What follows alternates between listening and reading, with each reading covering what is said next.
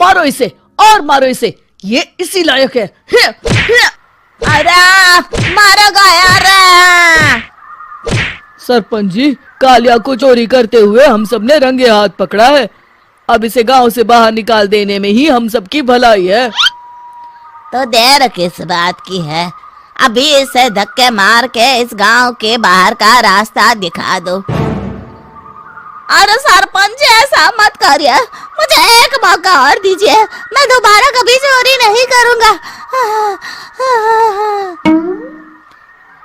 लेकिन गांव वाले उसकी एक नहीं सुनते और उसे मार मार के गांव की सीमा के बाहर निकाल देते हैं।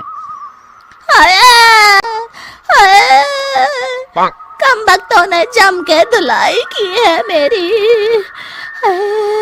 अरे भगवान करे इनके गांव में भूचाल आ जाए, धरती फट जाए और सब गांव वाले उसमें समा जाए।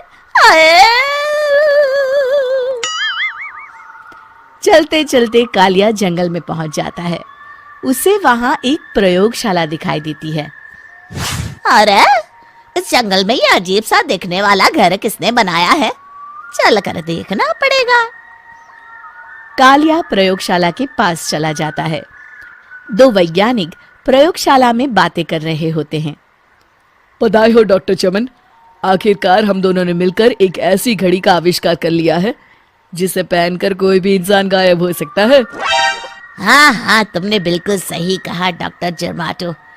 अब कल सुबह ही हम इस जंगल से निकल जाएंगे, लेकिन उससे पहले आज रात के खाने का बंदोबस्त करते हैं। हाँ हाँ, मुझे तो बड़ी जोरों से भूख लगी है, चलो चलते हैं। दोनों वैज्ञानिक वहां से चले जाते हैं। उनके जाते ही कालिया प्रयोगशाला में दाखिल होता है। अच्छा तो ये बात है। कालिया बड़े से कांच के अंदर रखी घड़ी को बाहर निकाल लेता है और अपनी कलाई पर बांध लेता है। फिर घड़ी में लगा बटन दबा देता है। कालिया को एक जोरदार झटका लगता है। कालिया अपने आप को आईने में देखता है तो उसका पूरा शरीर पूरी तरह से गायब हो चुका होता है। अब तो जो चाहे वो कर सकता हूँ। सबसे पहले मैं उन सभी को सबक सिखाऊंगा। गांव वालों, मैं आ रहा हूँ। कालिया गांव की ओर चल पड़ता है। थोड़ी देर के बाद दोनों वैज्ञानिक वहां आते हैं।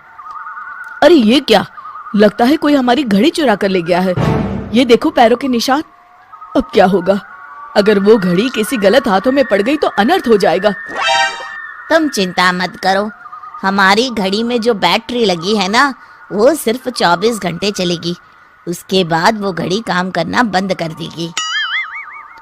उधर दूसरी तरफ गांव में सरपंच अपने घर में सो रहा होता है। तभी एक आहट से उसकी नींद खुल जाती है। अरे कौन है वहाँ?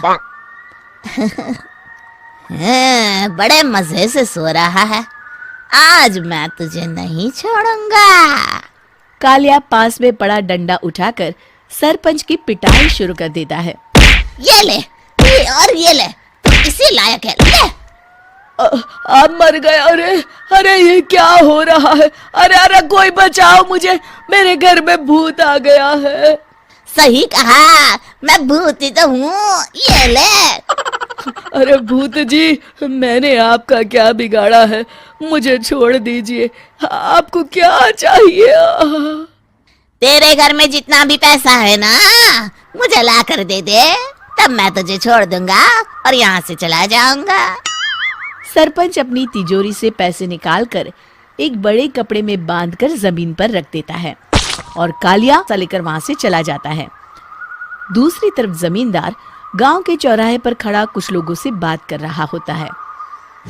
इस कमीने जमींदार ने भी मुझे बहुत पीटा था, इससे भी बदला लेना तो बनता है। हाँ? जमींदार अचानक अपने आप को चांटे मारने लगता है। अरे भाई ये क्या हो रहा है? जमींदार साहब अब ठीक तो है ना? अरे मुझे नहीं पता भाई।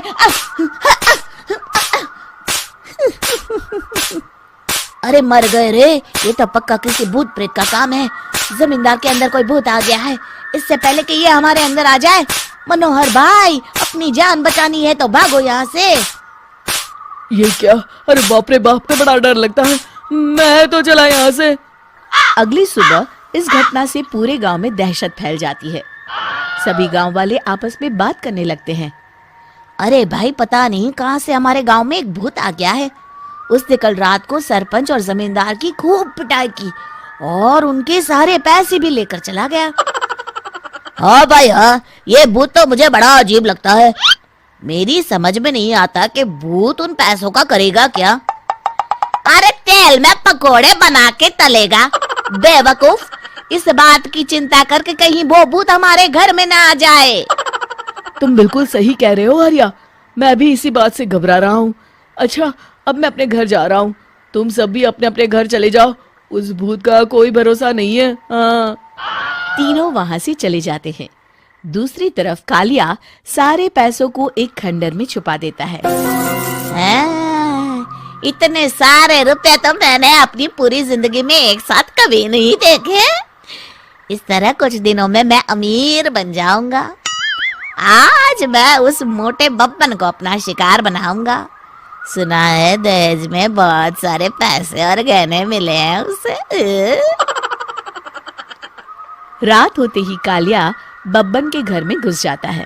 हाँ, मिल गई तिजोरी। अब जल्दी से इसे खोलकर सारे पैसे निकाल लेता हूँ। अरे खुल जा खुल जा। खुल गई। कालिया पैसे थैले में भर ही रहा था कि तभी बब्बन उसके बगल में आकर खड़ा हो जाता है। भाई क्या कर रहा है? हाँ? अरे हट। अरे तेरी इतनी हिम्मत, मैं तेरे सामने खड़ा हूँ और तू फिर भी मेरी तिजोरी से पैसे चुरा रहा है। अरे मैं तो गायब हूँ, तू मुझे कैसे देख रहा है?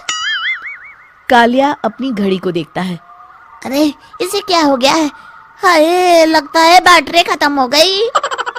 अच्छा, तो आज मैं तेरी बैटरी अच्छे से चार्ज कर देता हूँ। अरे भाग्यवान, जरा मेरा डंडा तो लाना। ये मोटा मुझे नहीं छोड़ेगा। अरे भागो। कालिया भागकर घर के बाहर जाता है। बाहर सभी गांव वाले हाथ में डंडा लिए खड़े होते हैं। अच्छा, तो तू वो भूत है? मुझे माफ कर दीजिए सरपंच जी, मैं आपके और जमींदार जी के सारे पैसे लौटा दूंगा और आज ही हमेशा के लिए ये गांव छोड़कर चला जाऊंगा। शिक्षा: बुराई ज्यादा दिन की मेहमान नहीं होती, एक दिन उसका अंत हो ही जाता।